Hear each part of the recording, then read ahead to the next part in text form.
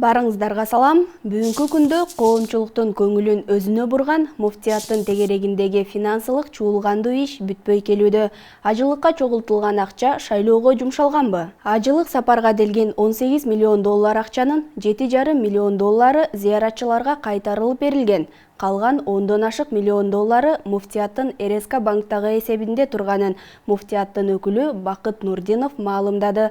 Ал өлкө башчынын бул каражаттардын бир бөлүгү шайлоого жумшалган деген сөзүнө түшүндүрмө берди. Президент финансист эмес да, анын адистери азырынча толук тактай электе ошентип маалымат берип жатат. 155 миллион сом чыгарылып, 6 айдан кийин кайра кирген. Бир гана нерсе ачык былтыр август айында келишим менен чыкканын билебиз. Бирок декабрда кайра муфтияттын эсебине кайтарылган. Биздин мындай чуулгандуу маалыматтарыбызды башка мамлекеттер да окуп, угуп, тыңшап келишет. Кыргызстан журналисттердин жардамы менен Борбор Азиядагы эң демократиялык өлкө экенин АКШнын Кыргызстандагы элчиси белгиледи.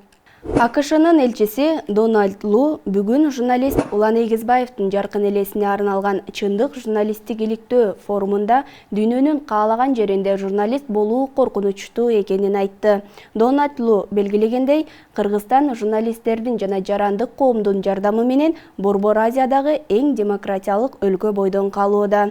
Эскерте кетсек, 11 февралда Бакен Кыдыкеева аттындагы Жаштар театрында сөз эркиндигинин символу болгон Улан Эгизбаев арналган Уландын иши уланат аттуу эскерүү иш-чарасы болуп өткөн.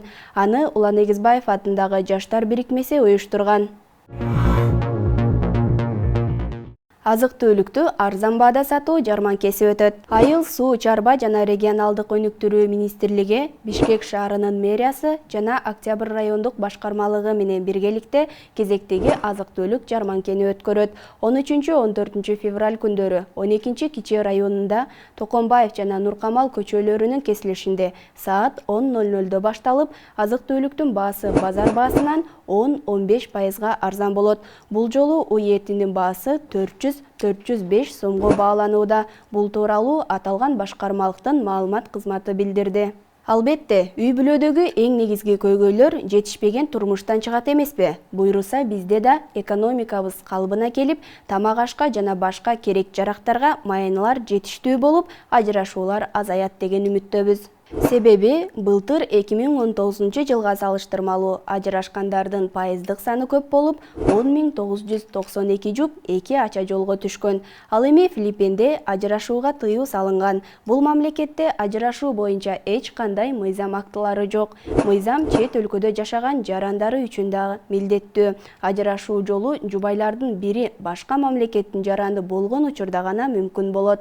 Мусулман эместер никесин гана буза алышат. Бирок бул көп убакытты талап кылат жана кымбатка турат. Жокко чыгаруу процесси 10 жылга чейин созулушу мүмкүн жана жубайлар көптөгөн психологиялык саламаттык тесттеринен өтүшү керек. Аттең, баш мыйзамды өзгөртүп жатканда, ушундай мыйзамды бизге да киргизип салсак жакшы болмок беле деген ой кетет. Анда бүгүнкү жаңылыктар түрмөгү ушулар болду. Кайрадан көрүшкөнчө сак болуңуздар.